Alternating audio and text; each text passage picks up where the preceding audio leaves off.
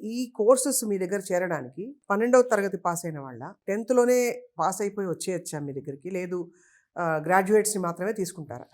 ఇప్పుడు నేను చెప్పినటువంటి 99 ఎగ్జామ్లో గ్రాడ్యుయేషన్ పూర్తి చేసిన వాళ్ళు అన్నిటికీ ఎలిజిబుల్ ఉంటుందండి. అవును.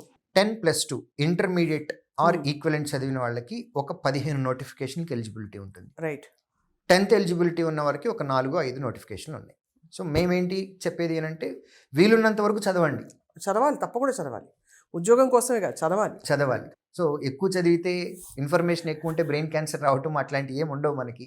సో వీలైనంత వరకు మనకు ఓపిక ఉన్నంత వరకు ఫైనాన్షియల్గా మెంటల్గా ఎంత ఓపిక ఉంటే అంతవరకు చదవటం మంచిది. వన్స్ గ్రాడ్యుయేషన్ వచ్చింది అని అంటే మాత్రం they can write 99 exams and subject మీద గ్రిప్ పెట్టుకుంటూ, ఇందాక మీరు అడిగిన క్వశ్చన్లో ముడి పదార్థం ఒకటేనండి, బట్ దాని నుంచి తయారు చేసి అవుట్పుట్ తీసుకొచ్చే డిజైన్ వేరే ఉంటుంది. అవును.